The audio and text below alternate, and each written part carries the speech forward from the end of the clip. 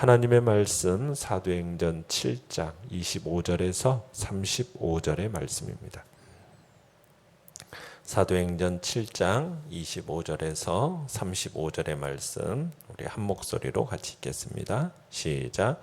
그는 그의 형제들이 하나님께서 자기의 손을 통하여 구원해 주시는 것을 깨달으리라고 생각하였으나 그들이 깨닫지 못하였더라. 이튿날 이스라엘 사람끼리 싸울 때에 모세가 와서 화해시키려 하여 이르되 너희는 형제인데 어찌 서로 해치느냐 하니 그 동물을 해치는 사람이 모세를 밀어뜨려 이르되 누가 너를 관리와 재판장으로 우리 위에 세웠느냐? 내가 어제는 애굽 사람을 죽임과 같이 또 나를 죽이려느냐 하니 모세가 이 말 때문에 도주하여 미디안 땅에서 나그네 되어 거기서 아들 둘을 낳으니라.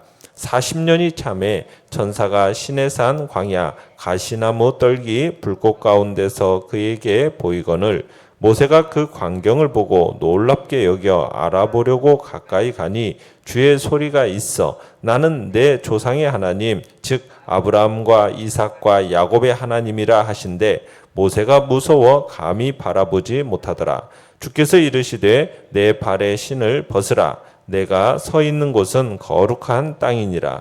내 백성이 애굽에서 괴로움 받음을 내가 확실히 보고 그 탄식하는 소리를 듣고 그들을 구원하려고 내려왔노니 이제 내가 너를 애굽으로 보내리라 하시니라.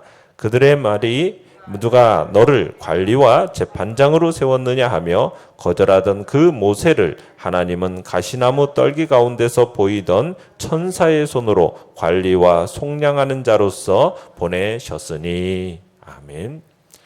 오늘 말씀의 제목은 깨닫지 못한 자들의 어리석음이라는 제목으로 말씀을 나눕니다.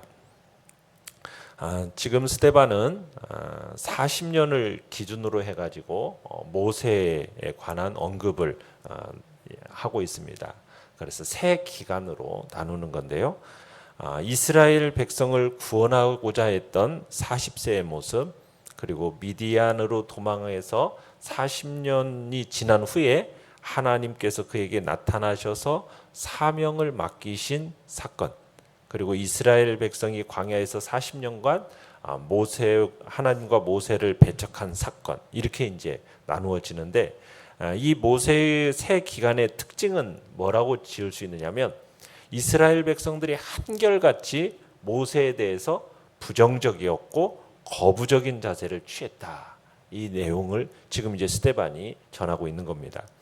자, 내용 관찰 문제 1번을 보시면은 동족을 화해시키려 한 모세의 생각과 그들의 반응은 어떻게 달랐습니까?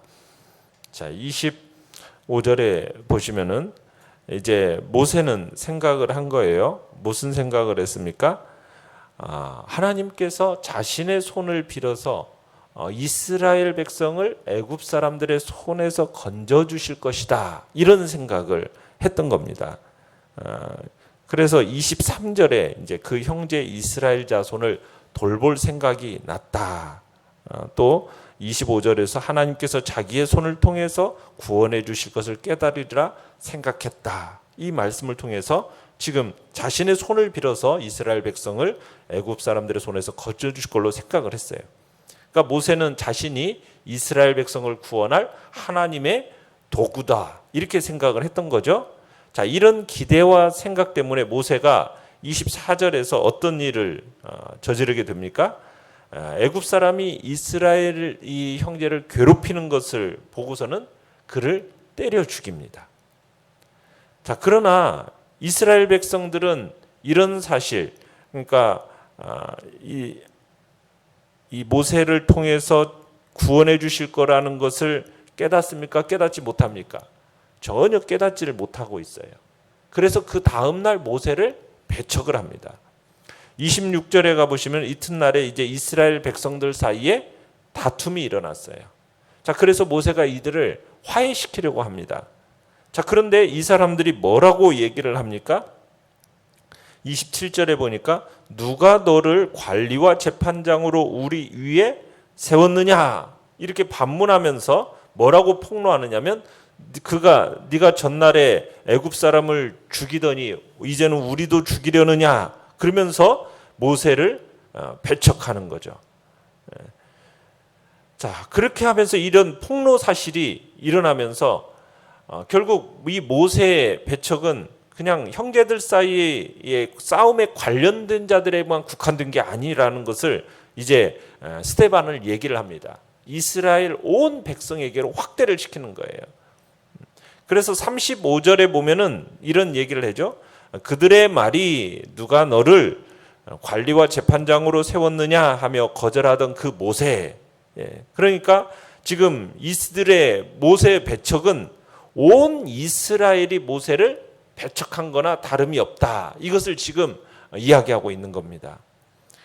자, 백성들에게 이렇게 배척받은 모세가 이제는 싸움에 관련되었던 사람들이 이 한 말 때문에, 그죠?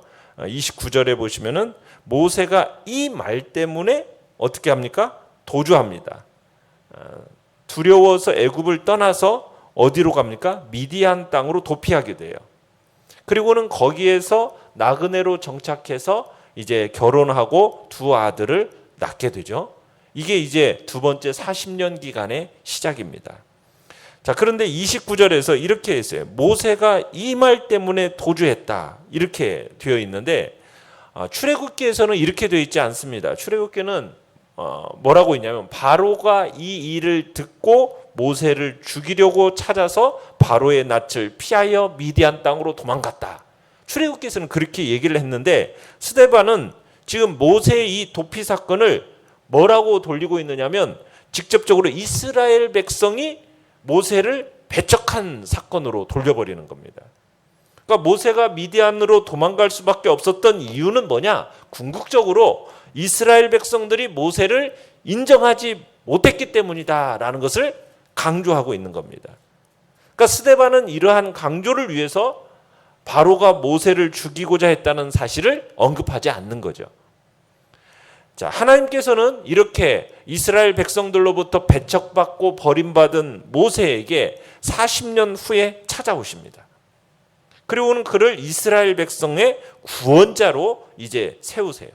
마치 뭐와 같은 거냐면 요셉의 형제들이 요셉을 배척해서 애굽에 팔았지만 결국 하나님께서는 요셉과 함께 하셨고 결국 요셉을 통해서 그의 아버지와 형제들을 결과적으로 구출하지 않았습니까?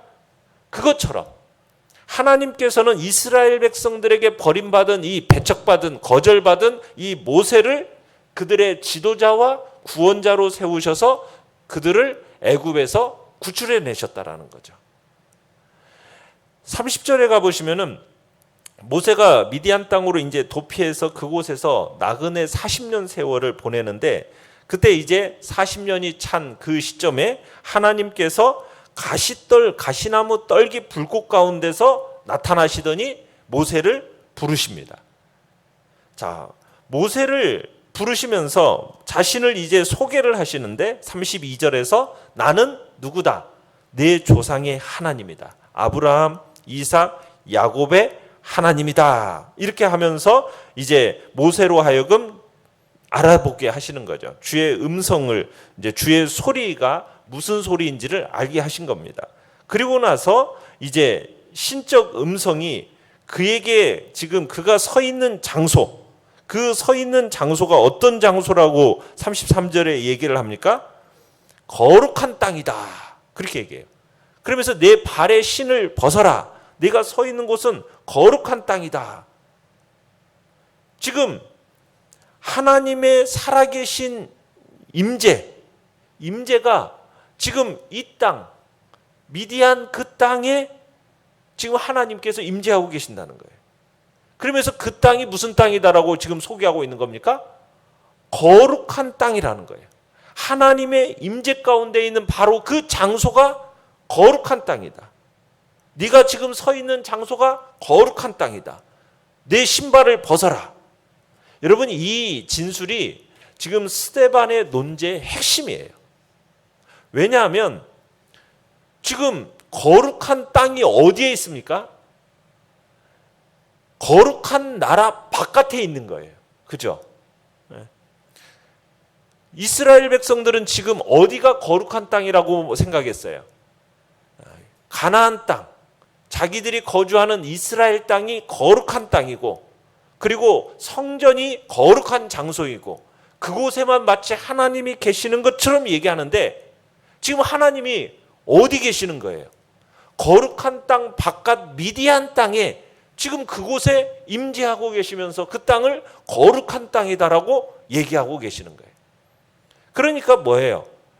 어디가 거룩한 땅입니까? 하나님이 계시는 곳이라면 어디나 그곳이 거룩한 곳이라는 거죠. 더구나 미디안 광야에서 모세를 만나셨던 그 하나님이 또 어디에 임재하시느냐? 34절에 보시면은 애굽에 또 임재하십니다. 애굽에. 왜냐하면 지금 하나님이 거기에서 그의 백성들이 학대받는 것을 보셨습니다. 신음하는 소리를 들으셨습니다. 그리고는 그들을 구원하려고 몸소 내려오셨다라고 얘기하고 있어요. 그리고서는 이제 그들을 해방시키기 위해서 모세를 애굽으로 보내시고 계시는 겁니다. 그러니까 이 애굽이라는 땅도 어떤 곳이 되는 겁니까? 하나님의 임재가 있는 거룩한 곳이 되어버리는 거예요. 그러면서 이스라엘 사람들이 그들의 관리와 재판장으로 세우기를 거절했던 바로 그 모세를 하나님께서 지금 가시나무 떨기 가운데서 보이던 천사의 손을 의탁해서 35절에서 그렇게 얘기한 거죠. 관리와 속량하는 자로 보내셨다. 지금 이렇게 설명을 하고 있는 겁니다. 자, 모세가 애굽 궁전에서 교육받고 있을 때나 또 하나님이 미디안 광야에서 그에게 나타나셨을 때나 성전이라는 말 한마디 없고요. 제사라는 말 한마디 없습니다. 그죠? 사실상 불타는 떨기나무의 이 거룩한 땅은 어떻게 보면 지성소보다도 훨씬 더 굉장한 것이죠. 왜요? 하나님께서는 예루살렘 성전의 그 지성소에서 이 불타는 떨기나무에서 나타나셨던 것처럼 나타난 적이 있었다라는 말이 어디에도 안 나와요. 그런데 지금 하나님의 임재가 그 미디안 땅 가시떨기나무 그 불길 가운데서 나타나고 있는 거예요. 결국 여기서 모세의 경험을 통해서 배울 수 있는 교훈은 뭐냐? 하나님께서는 모든 곳에 임재해 계신다. 지금 이 얘기를 하는 겁니다. 거룩한 땅, 거룩한 장소라는 것은 어떤 특별한 공간을 얘기하는 게 아니라 하나님이 계시는 곳이라면 그 어디든지 그곳이 바로 거룩한 땅이요 거룩한 장소다라고 지금 스데반은 지금 이스라엘 백성들이 얘기하고 있는 거예요. 자, 내용관찰 문제 2번을 보시면 성경은 모세를 어떤 사람으로 설명을 합니까? 자, 스데반은 이 사건을 기록하면서 35절에서 모세가 과거에 이스라엘에게 배척받았던 자라는 사실을 역설을 하는 겁니다. 그죠? 35절에서 아까 27절의 이야기를 그대로 끌고 와가지고 그들의 말이 누가 너를 관리와 재판장으로 세웠느냐 하며 거절하던 그 모세. 자, 여기서 주목할 사실은 이 문장의 주어가 뭐냐면 그들입니다. 그들. 그죠? 35절에 그들의 말이 그래서 그들이에요. 이 그들이 누구냐? 34절에서 내 백성이라고 얘기하고 있잖아요. 그래서 애굽에서 고통받고 있는 내 백성이라고 라는 점이에요. 그러니까 모세를 배척한 온 이스라엘을 애굽에서 구원하기 위한 방편으로 하나님께서 모세를 세우셨다라는 거예요. 이건 참 역설적인 사실이에요. 이건 지금 이스라엘 백성이 40년 전에 모세를 배척한 것은 요셉 형제들이 요셉을 배척한 것이 잘못된 일이었다라는 것을 지적하는 겁니다. 지금 핵심의 강조가 뭐냐? 모세가 백성들에게 거절받았다는 거예요. 배척받았다는 거예요. 지금 이것을 보여주고 있는 거예요. 그러니까 이 강조를 40절까지 반복해서 등장합니다. 거절했다라는 거예요. 하나님은 지금 이렇게 거절받은 모세를 부르셔서 지금 하나님께서 구원하는 이스라엘 백성을 구원하는 자로 세우셨다. 자기 백성에게 거절받고 배척받은 그 모세를 하나님께서 사용하고 계신다. 지금 그 얘기를 하고 싶은 거예요. 자, 그래서 연구와 묵상 문제 3번을 보시면 스데반은 왜 당시 모세에 대한 이스라엘 백성들의 적대적 태도를 소개하고 있습니까? 자, 스데반이 이렇게 모세에 대한 이 백성들의 이 적대적인 태도를 자세히 기록하는 이유는 뭐냐? 당시 유대인들의 불신앙을 꼬집기 위해서입니다. 당시 유대인들의 불신앙. 하나님께서 이스라엘을 구원하시기 위해서 모세를 애굽으로 보내셨어요. 그런 것처럼 인류를 구원하기 위해서 이 땅에 하나님이 누구를 보내셨습니까? 예수님을 보내셨어요. 하지만 이스라엘 백성들은 노예 생활로부터 속량할 모세를 어떻게 했다고요? 거절했던 것처럼 죄의 싹을 속량할 예수님을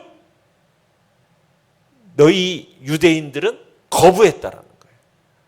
하나님의 백성이라고 말하는 너희들이 거부했다. 지금 이 얘기를 하는 거예요. 그러니까 사실 모세는 출애굽을 이끈 지도자인 동시에 예수님의 예표입니다. 그래서 신명기 18장 15절에서 그런 얘기를 하죠. 하나님이 모세를 통해서 그와 같은 선지자 하나를 세우겠다. 나와 같은 선지자. 그 나와 같은 선지자가 누구라고 그때 얘기했습니까? 예수님이에요. 그러니까 예수님을 통해서 인류를 구원하실 것을 예언하셨던 거거든요. 그게 바로 예수 그리스도예요. 하나님은 태초에 당신의 하나뿐인 그 아들 예수 그리스도를 통해서 인류를 구속하실 것을 계획하셨고 때가 되니까 이 땅에 그의 아들을 보내셨습니다. 자, 보내셨는데 그의 아들을 우리가 환영했나요?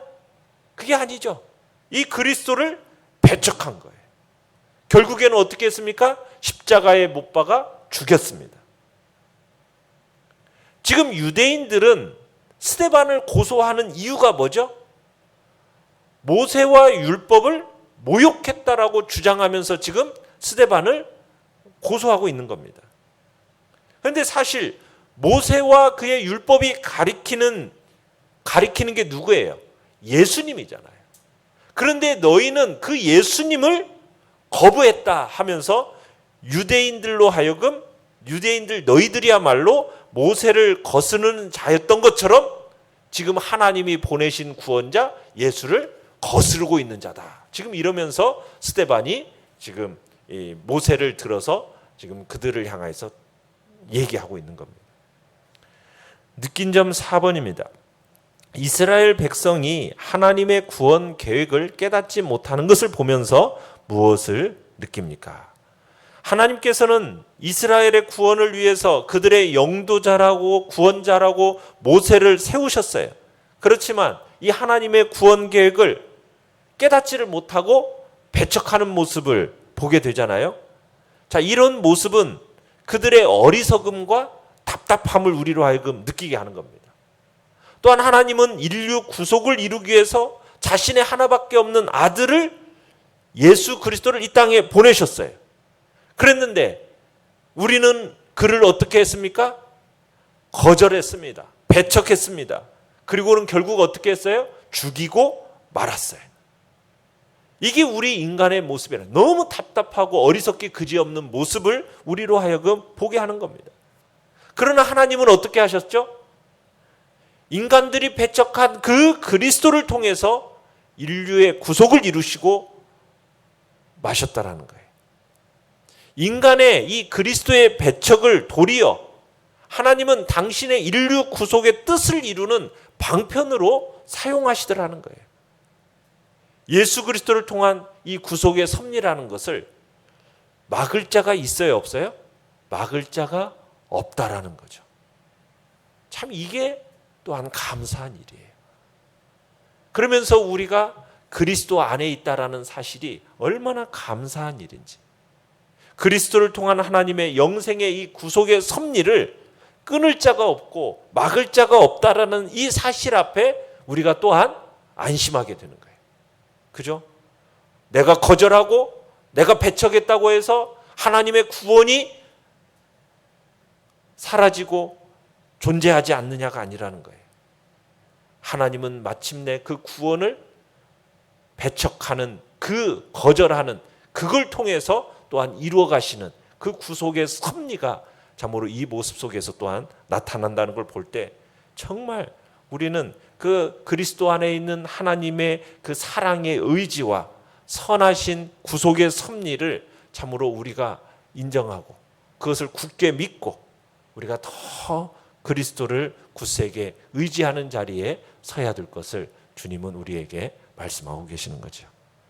우리가 참으로 모세를 통해서 기어코 백성들을 출애굽시키셨던 것처럼 우리를 향하여 하나님은 기어코 구원의 역사를 이루어 가시는 그 하나님의 구원의 역사를 우리의 마음속에 새기면서 정말 배척하고 거절하고 우리 주 예수 그리스도 구원자를 도리어 죽이는 데까지 가는 우리를 하나님은 버리지 아니하시고 끝까지 우리를 붙들어서 마침내 구원의 길로 이끌어 가시는 그 하나님의 역사를 우리의 마음속에 다시 한번 새기면서 그 하나님의 은혜에 감사하고 감격하고 기뻐하고 그 주님의 그 놀라운 은총을 이제 다른 이들에게 전달하는 복된 자리에 우리가 있기를 간절히 바랍니다. 결단과 적용 5번입니다. 오늘 내가 진정한 속량자이신 예수님을 전해야 할 사람은 누구입니까? 그에게 나눠야 할 내 간증은 무엇입니까? 참 배척하고 거절했던 우리를 끝까지 버리지 아니하시고 마침내 구원의 역사를 이루어 주신 하나님의 은총을 기대하면서 우리가 주님을 더욱 전하는 자로 쓰임 받도록 기도하시길 바랍니다. 오늘의 기도 같이 읽겠습니다. 시작. 오늘도 진정한 속량자이신 예수님을 삶에서 증거하게 하소서. 아멘. 말씀을 생각하면서 기도하시고요. 연약한 우리의